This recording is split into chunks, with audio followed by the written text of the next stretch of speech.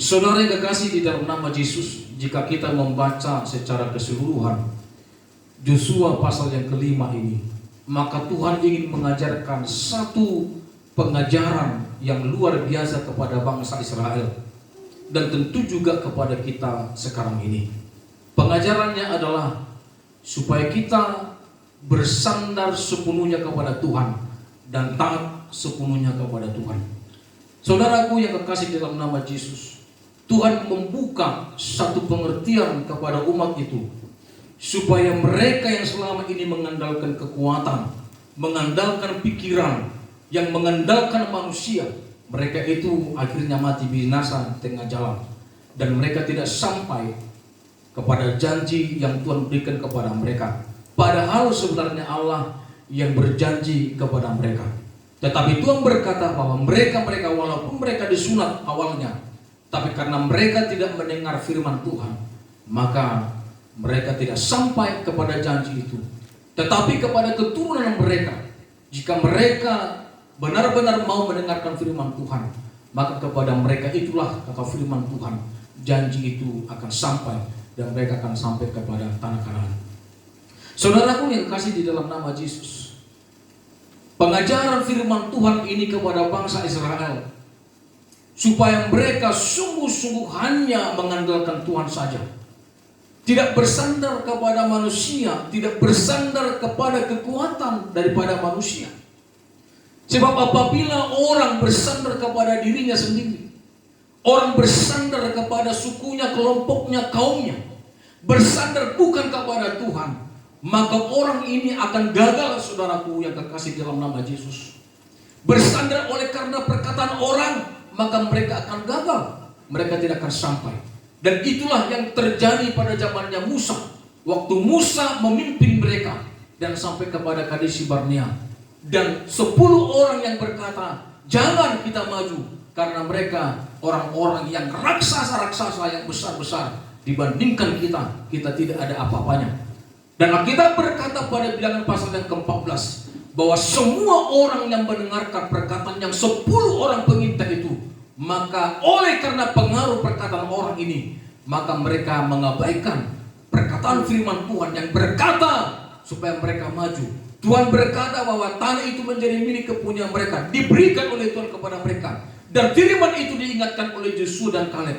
Tetapi mereka tidak mendengarkan perkataan firman Tuhan, tapi mereka lebih mendengarkan perkataan manusia. Saudaraku yang kekasih, hal ini akan terulang kembali pada zamannya Yosua. Oleh sebab itu Tuhan mau mewanti-wanti Yosua supaya apa yang pernah terjadi celah mereka pada zamannya Musa tidak terjadi kepada Yosua. Makanya Tuhan berkata kepada Yosua supaya mereka-mereka yang dipimpin oleh Yosua, yang dulu pernah dipimpin oleh Musa, tetap sekarang dipimpin oleh Yosua, supaya mereka hanya mengandalkan firman Tuhan saja. Saudaraku, orang yang mengandalkan manusia, mengandalkan kekuatan, dia akan gagal, saudaraku yang terkasih di dalam nama Yesus. Tetapi orang yang merasakan bisa, katakanlah mungkin apa yang sudah dirancang manusia dan terjadi, dan apabila itu benar-benar terjadi, maka apabila itu terjadi, maka ia menjadi orang yang sombong, menjadi orang yang jumawa, yang tidak lagi percaya kepada Tuhan, karena ia sudah mengandalkan dirinya sendiri. Oleh sebab itu Tuhan mau berkata supaya semua bangsa itu benar-benar hanya bersandar saja kepada Tuhan, bersandar kepada perkataan-perkataan Tuhan. Nah, oleh sebab itu saudaraku yang kekasih di dalam nama Yesus, maka Tuhan berkata supaya mereka itu disunat satu dengan yang lainnya. Disunat kulit katanya, saudaraku. Mungkin kita akan berpikir, kenapa perjanjian Tuhan dengan Abraham itu ditandai dengan sunat, dan sunatnya pun harus dengan kulit katan? Kenapa tidak tangan? Kenapa tidak rambut? Kenapa tidak mata? Kenapa tidak kaki? Kenapa harus dengan kulit katan? Saudaraku yang kekasih di dalam nama Yesus, ada beberapa tafsiran. Ada orang berkata dengan memotong kulit katan itu, maka dia akan ingat selalu bahwa dia adalah keturunan dan umat Allah. Karena berbicara keturunan, ada yang berkata dengan memotong kulit katan bahwa dia adalah gambaran orang yang suci atau membersihkan dirinya di depan Tuhan. Semua umat Tuhan harus mensucikan dirinya, membersihkan dirinya kepada Tuhan.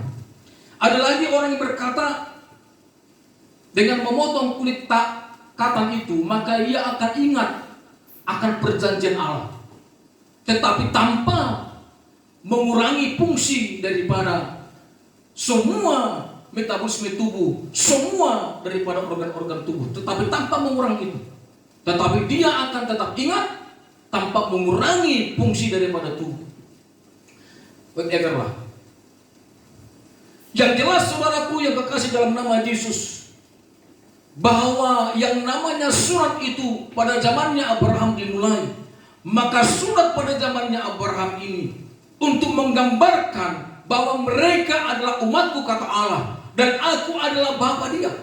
Dan dengan memotong kulit katan, maka itu sebagai tanda. Apa hubungannya memotong kulit katan dengan ketaatan kepada Tuhan? Kalau mungkin ada alur ceritanya, kalau mungkin ada korelasinya, mungkin orang itu akan melakukan dan akan berkata, ya ini memang ada korelasinya, mari kita lakukan bersama-sama. Saudaraku yang kekasih dalam nama Yesus, itu sama dengan halnya kalau kita mau menjanjikan. Kami selalu berkata, orang tua selalu berkata kepada anak, mamanya selalu berkata kepada anak-anak, nanti kita akan ke mall, kita akan beli HP kepada kamu, tetapi jangan sampai nanti lewat jam 5 kalian harus mandi. Sebelum jam 5 kalian harus mandi. Kalau setelah lewat jam 5 tidak sah dan tidak akan kamu terima HP yang saya janjikan. Kita mungkin berpikir, apa hubungannya mandi sebelum jam 5 dengan HP? Anak-anak akan berkata, apa hubungannya? Saudaraku, tidak ada hubungannya. Tetapi dengan kita memberikan tanda supaya ia menerima janji yaitu HP itu, maka ia mandi sebelum jam 5, maka yang kita mau pikirkan adalah apakah ia benar-benar melakukan itu atau tidak. Apakah ia akan tunduk kepada perkataan kami sebagai orang tua atau tidak. Apakah dia akan taat kepada perkataan kami apa tidak. Kalau dia tidak taat kepada perkataan orang tua dan tidak tunduk kepada aturan orang tua, maka HP tidak akan diberikan. Walaupun tidak ada korelasi antara dengan mandi sebelum jam 5 dengan menerima HP. Tidak mandi pun dia bisa terima HP sebenarnya. Mandi pun bisa terima HP. Tidak ada urusan. Tetapi urusannya adalah perkara dia taat apa tidak taat. Itu sebabnya Tuhan mengajarkan tentang surat ini untuk menunjukkan bahwa tanda surat ini adalah tanda bahwa bangsa Israel adalah umatku dan aku adalah bapa bagi mereka. Tidak masalah ada korelasi, ada hubungan. Manusia boleh mereka-reka, manusia boleh menafsir-nafsir. Tetapi yang jelas Allah inginkan saudara tunduk melakukan itu. Walaupun mungkin bagi saudara itu tidak ada korelasi, tidak ada hubungan. Yang jelas Allah ingin saudara melakukannya sebagai tanda dan wujud saudara tunduk dan taat kepada firman Tuhan. Saudaraku, itu sebabnya Tuhan mau mengajar kita bahwa orang-orang yang dulunya disurat pun jangan sampai terbalik. Sekarang sudah ada pengajaran banyak orang Kristen sekarang harus disunat karena firman Tuhan berkata sunat, Islam juga berkata sunat. Kenapa kita orang-orang Kristen dari sunat? Ada pengajaran tertentu nantinya. Dan mereka-mereka yang disunat pada zamannya Musa, mereka juga mati, tidak sampai ke tanah Kanaan. Kenapa? Bahwa sunat itu adalah tanda yang substansinya adalah mereka taat. Tetapi firman Tuhan berkata mereka tidak taat kepada firman Tuhan, sehingga banyak di antara mereka yang mati di padang gurun karena firman Tuhan.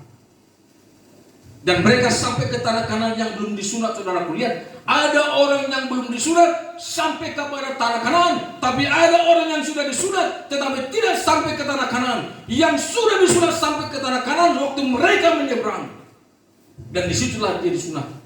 Jadi jangan sampai urusan sunat atau tidak sunat menjadi persoalan. Tetapi yang menjadi persoalan adalah kau tunduk kepada firman Tuhan atau tidak tunduk kepada firman Tuhan. Dan Tuhan mau mengajarkan supaya jangan bersandar kepada manusia, bersandar kepada Tuhan. Makanya tidak ada korelasi, tidak masalah kamu tunduk kepada firman Tuhan atau tidak tunduk kepada firman Tuhan. Saudaraku, kita pernah mendengarkan dalam Raja-Raja bagaimana seorang nabi berkata, atas perintah Tuhan pukullah aku. Tetapi orang yang mendengarkan firman Tuhan ini sungkan dan dia tidak mau memukul. Dan nabi itu berkata, apabila engkau tidak mau memukul aku, maka engkau keluar dari rumah ini, nanti kau akan diterkam oleh singa. Dan benar saudaraku, waktu dikatakan pukullah aku tapi tidak mau memukul, waktu dia keluar dari hadapan daripada nabi ini, maka di depan dia diterkam oleh singa, saudaraku. Karena apa? Tidak mau memukul nabi yang berkata atas perintah Tuhan pukullah aku. Mungkin orang yang tidak mau memukul ini berkata, sungkan sekali, masa saya memukul nabi? Firman Tuhan dari mana ini? Saya tidak mau. Perasaan saya bagaimana? Masa saya menjamah hamba Tuhan? Saya tidak mau. Intinya bukan masalah pukul atau tidak. Intinya dia lakukan firman atau tidak lakukan firman. Itu sebabnya kepada orang yang kedua, nabi ini berkata, atas perintah Tuhan maka pukullah aku. Maka nabi yang berkata pukullah aku kepada seorang ini, dan langsung dipukul nabi ini, saudaraku, dia tidak mendapatkan masalah apa-apa. Tapi dia menjadi alat bagi Tuhan untuk menunjukkan kebesaran Allah kepada Raja Ahab pada waktu itu. Lewat dia memukul wajah nabi itu. Itulah gambaran, saudaraku, kita harus tunduk sepenuhnya kepada firman Tuhan. Amin. Jangan kita pakai perasaan, jangan kita pakai logika. Kalau kita pakai perasaan, kalau kita pakai logika, kita akan berkata, bagaimana mungkin? Dari mana hubungannya? Apa korelasinya? Kalau semua firman Tuhan sanggup kau kelola dengan akal pikiranmu, maka itu menunjukkan firman Tuhan itu bukan firman Tuhan. Kenapa? Firman Tuhan itu unlimited, tidak batas. Manusia terbatas, tapi firman Allah karena sumbernya dari surga tidak terbatas. Sepanjang sesusah serumit apapun kamu berpikir mengulas firman Tuhan, akan ada muncul beberapa hal yang di luar pemikiran, di luar logikamu, saudaraku. Dan disitulah engkau disuruh untuk tunduk dan taat kepada firman Tuhan itu. Itulah gambaran bangsa Israel yang gagal pertama zamannya Musa, saudaraku. Karena mereka tidak tunduk kepada firman Tuhan. Mereka lebih menerima logika-logika dari 10 pengintai yang berkata kalau kita maju itu sama dengan bunuh diri. Bro, jangan kita maju. Kamu lihat sendiri, mereka itu gagah perkasa dibandingkan mereka dengan kita. Kita tidak ada apa-apa. Kamu mau kita maju di sana? Saudaraku, padahal firman Tuhan dengan lugas terang benderang berkata supaya mereka maju, karena tanah itu sudah diberikan oleh Tuhan kepada mereka, tinggal mereka duduki. Saudaraku yang kekasih dalam nama Yesus, kalau seperti itu, biarlah kita merelakan diri bersandar sepenuhnya kepada Tuhan. Amin. Bersandar. Saya pernah berkhotbah di tempat ini dalam Mazmur pasal 126 kalau tidak salah. Sebagaimana seorang mata, seorang hamba memandang tangan tuannya, sebagai mata seorang hamba perempuan memandang tangan nyonyanya sampai ia mengasihi aku. Memandang, depend on his master. Memandang di sana artinya bergantung sepenuhnya kepada tuannya, bergantung sepenuhnya kepada nyonyanya sampai ia mengasihani. Saudaraku yang kekasih dalam nama Yesus, kalau kita tidak mengandalkan Tuhan, kita akan celaka. Kalau kita tidak mengandalkan Tuhan, kita tidak akan dapat apa-apa. Oleh sebab itu andalkan Tuhan. Amin. Andalkan Tuhan. Orang yang mengandalkan Tuhan tidak akan pusing dan tidak akan stres. Tidak akan pusing dan tidak akan stres. Kenapa saya katakan tidak pusing dan tidak stres? Kalau saya dulu dibawa mama pada pas 17 Agustus, di situ waktu kami pergi berjalan-jalan, berlibur lah. Dan 17 Agustus itu paling banter perjalanan kami, liburan kami ke Taman Bunga. Itu sudah senang, saudaraku. Dan saudaraku, saya pakai baju yang terbaik. Dan saya tanpa ada sepeser pun uang di kantong, saudaraku. Saya pede-pede saja. Memakai baju terbaik, naik becak, saudaraku, sampai di Taman Bunga. Beli kukek-kukek, balon ini, kukek. Makan mie sup, saudaraku. Makan es krim, saudaraku. Tak ada di hatiku ada rasa khawatir. Sedikit pun tidak ada rasa khawatir, saudara. Apakah Pak Elia waktu kecil ada uang? Tidak ada uang. Kalau tidak ada uang, kenapa saudara tidak khawatir? Kenapa kau tidak takut? Bukankah untuk nebeja itu ada biaya? Bukankah untuk pergi ke sana kemari makan misop itu ada biaya? Ada biaya. Kenapa kau tidak khawatir, tidak menjadi was-was? Saya punya orang tua, mama waktu itu, saya sudah langsung berpikir, dia pasti akan menyelesaikan pembiayaan. Tidak mungkin saya. Saya sungguh-sungguh mengandalkan. Baik pergi maupun pulang, kenyang sukacita. Berbagi pengalaman kepada teman-teman sebaya waktu itu. Senang yang luar biasa. Tanpa uang, saudaraku. Kenapa? Karena saya sudah menyerahkan semuanya kepada orang tua saya. Sehingga tidak ada rasa khawatir. Nah, kalau saudara bersandar kepada Tuhan, persoalannya dan pertanyaan yang logis, kenapa saudara masih khawatir? Kenapa saudara masih takut?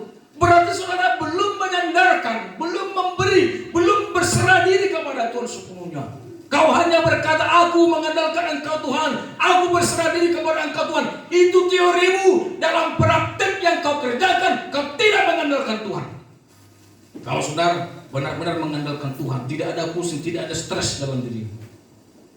Amin? Amin? Ada nggak stres kalau kau mengandalkan Tuhan? Oh, jangan sampai seperti ilustrasi yang sudah dibuat oleh teman-teman saudaraku. Ada seorang ibu yang membawa kayu bakar.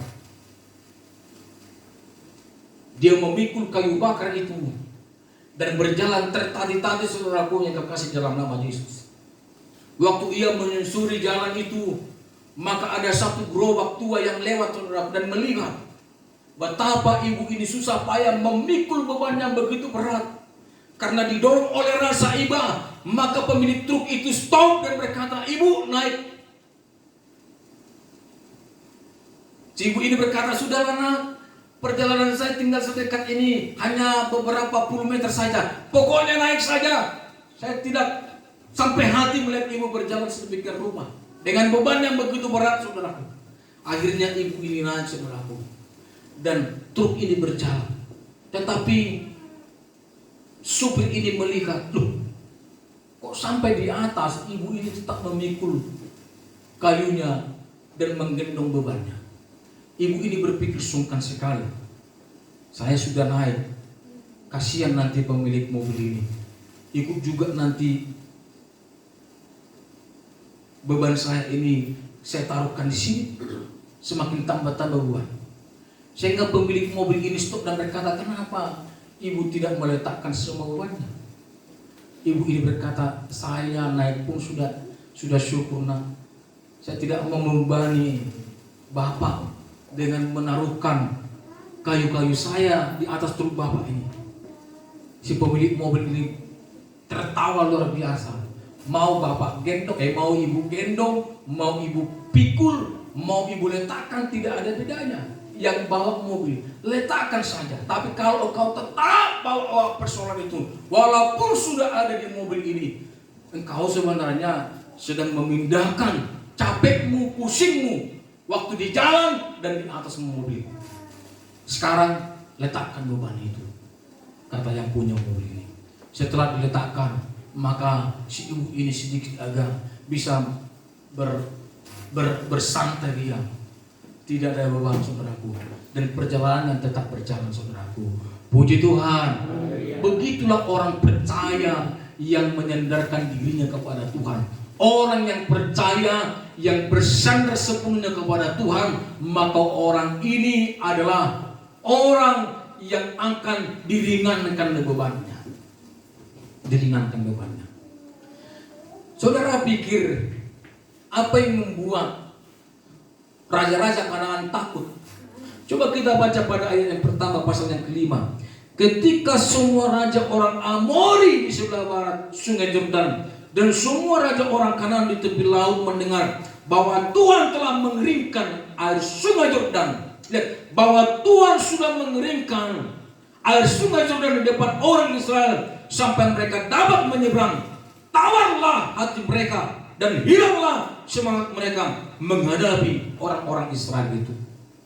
Jadi yang membuat raja-raja orang Kanaan itu di sebelah barat sungai Yordan itu yang tawar hatinya, hilang semangatnya melawan orang Israel. Bukan orang Israel,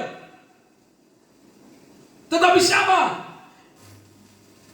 Tuhan yang ada bersama dengan orang Israel yang mengeringkan sungai Yordan. Dengan itulah membuat mereka takut.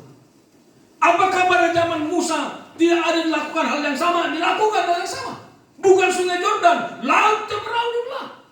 Dan mereka sudah mendengarkan itu, saudaraku. Persoalannya mereka tidak mau jalan. Persoalannya tidak mau melakukan. Persoalannya tidak tunduk kepada firman. Itu persoalannya. Ini hanya sungai Yordan saja. Saudara pernah melihat sungai Yordan? Tidak terlalu luas amat, saudaraku. Dibandingkan dengan laut Teberau tidak ada apa-apanya. Tetapi hanya sungai Yordan bisa dibuat kering, saudaraku. Tawar hati raja-raja orang Kanaan. Sehingga mereka tidak ada semangat melawan, takut melawan orang Israel. Jadi bukan karena dirimu, bukan, tapi karena ada Tuhan beserta dengan engkau. Kalau melihat dirimu, aduh sebentar iblis akan pecundangi. Kemarin kita ada pergi ke Bogor, melihat orang yang sakit, berbincang-bincang tentang pelayanan pelepasan. Saudara tahu, waktu kita di Tambung Dudunya, pelayanan pelepasan 3 hari 3 malam dengan setan yang berbeda-beda. Mr. True, Mr. James dengan si siapa itu? Legion, Lucifer.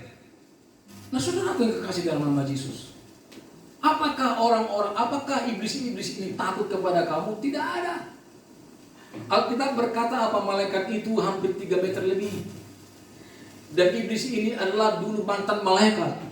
Dibandingkan dia dengan dirimu, kau tidak ada apa-apa. Tapi kenapa orang percaya yang hidup dalam kebenaran, yang dalam terang Tuhan, takut melihat orang-orang percaya atau tidak berani mengganggu daripada orang-orang pilihan Tuhan? Bukan orang itu yang ditakutkan oleh iblis, tetapi Tuhan yang beserta dengan saudara. Roh Kudus yang ada dalam diri saudara, itu yang membuat mereka gentar, itu yang membuat mereka gemetar. Oleh sebab itu, serahkan dirimu kepada Tuhan, sepenuhnya serahkan dirimu kepada Tuhan.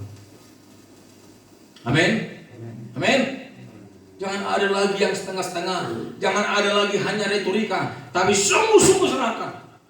Termasuk masalah pembelian rumah 2 ini. Saya nggak mau pusing lagi, saudaraku. Saya hanya berharap bersandar kepada Tuhan saya dan percaya Dia mau buat, silakan. Tidak juga tidak apa-apa. Saya tidak mau pusing. Yang penting pelayanan saya tetap saya jalankan.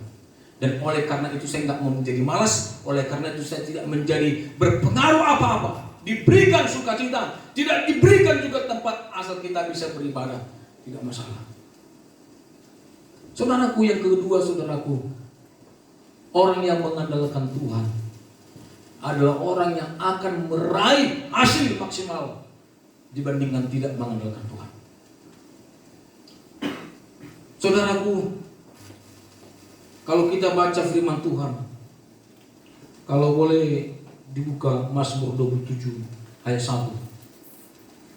Mazmur 27 ayat 1. Coba salah seorang membacakan bagi kita apa isi daripada Mazmur 27 ayat 1.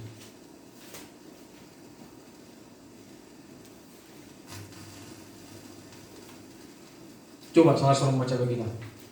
Mazmur 27 ayat 1. Masih ada 10-15 menit lagi. Demikian firman Tuhan. Aman dalam perlindungan Allah dari Daud. Tuhan adalah terangku dan keselamatanku. Kepada siapakah aku harus takut? Tuhan adalah benteng hidupku. Terhadap siapakah aku harus gemetar? Puji Tuhan. Terhadap siapakah aku akan gemetar? Tuhan adalah benteng hidupku, kata pemazmur. Kalau dia sudah memberikan dirinya kepada benteng hidupnya, mengandalkan Tuhan sebagai tameng dalam dirinya, mengandalkan Tuhan sebagai kekuatan dalam dirinya, maka pemazmur berkata, kepada siapakah aku akan takut? Kepada siapakah aku akan gentar? Sebab dia tahu, dia sadar bahwa Allah yang menjadi kekuatannya, benteng, gunung batunya jauh lebih besar dari setiap orang, termasuk bagi dirinya. jauh lebih berhikmat, jauh lebih pintar, jauh lebih berkarunia, dan tidak bisa dibandingkan dengan kita manusia. Kalau Alkitab katakan kita ini bagaikan debu dibandingkan Dia, tidak ada apa-apanya. Kalau kita bagaikan debu, tidak ada apa-apanya. Kalau kita memaksimalkan diri kita, memaksimalkan potensi kita, memaksimalkan IQ kita, dibandingkan dengan Tuhan, kita hanya dapat sedikit, saudaraku. Tetapi kalau Dia yang bertindak, kita akan dapat banyak, bahkan jauh dari apa yang belum pernah kita pikirkan, yang belum pernah terlintas di benakmu, saudaraku. Itu yang Tuhan sediakan, karena Dia yang bekerja. Oleh sebab itu, kalau kau mengenalkan dirimu, silakan. Tetapi hasil yang kau boleh peroleh adalah sebagaimana kekuatanmu, sebagaimana kemampuanmu meraih yang boleh kau raih. Tetapi jika Tuhan bertindak, saudaraku, jauh lebih dari apa yang kau butuhkan, yang kau pikirkan, perkirakan, Tuhan akan sediakan bagi kita. Saudaraku yang kekasih di dalam nama Yesus, oleh sebab itu, mari kita andalkan Tuhan. Serahkan dirimu kepada Tuhan. Masa-masa pandemi ini boleh berlalu. 10.000 reba, 1.000 reba, berlaksa-laksa reba. Saya tidak berkata supaya kita mengejek mereka yang reba, bukan. Karena mereka juga bagian dari kita, jangan terlalu ekstrim. Tapi minimal apabila kau pegang janji Tuhan, Tuhan akan menjadi kekuatanmu, penolongmu, yang senantiasa menyertai, memelihara hidupmu. Dia jauh lebih tahu, jauh lebih mampu, yang boleh memberi yang terbaik kepada kamu. Saudaraku yang kekasih di dalam nama Yesus, sebagaimana Bapa dengan anak, maka sedemikianlah Tuhan membuat Allah itu sebagai Bapa dan kita anak. Saudara, apapun kata anak, sebelum anak itu akil balik, kita jauh lebih tahu dari apa yang harus, yang terbaik kepada mereka. Sehingga tidak diperkenankan anak pada usia di bawah 17 tahun atau 18 tahun, orang-orang hukum ini yang tahu, untuk boleh memilih pasangan hidupnya, untuk memilih sesuatu. Kenapa? Harus orang tuanya. Kenapa? Karena mereka percaya orang tua jauh lebih baik menentukan apa untuk anak-anaknya. Nah, demikian juga halnya kita. Kalau dengan kekuatan apa yang bisa kau raih? Tapi dengan kekuatan Tuhan, dengan kekuatan Tuhan, Dia mampu melakukan apapun yang manusia dimanapun tidak bisa lakukan, tapi Allah mampu lakukan. Oleh sebab itu, saudaraku, dua hal ini, andalkanlah Tuhan. Puji Tuhan, andalkan Tuhan, maka Ia akan buat yang terbaik. Andalkanlah Tuhan, tidak ada pusing, tidak ada beban, karena Tuhan yang bertindak menyelesaikan. Kalau engkau mengenalkan dirimu sendiri, kau akan sombong jumawa. Kalau engkau mengenalkan dirimu sendiri, engkau akan gagal, berhasil, dan masuk kepada tangisan. Oleh sebab itu, saudaraku, daripada kita mengendalikan diri sendiri, mari kita andalkan Tuhan dalam kehidupan kita. Haleluya, kita bangkit berdiri, kita menaikkan pujian bagi Tuhan.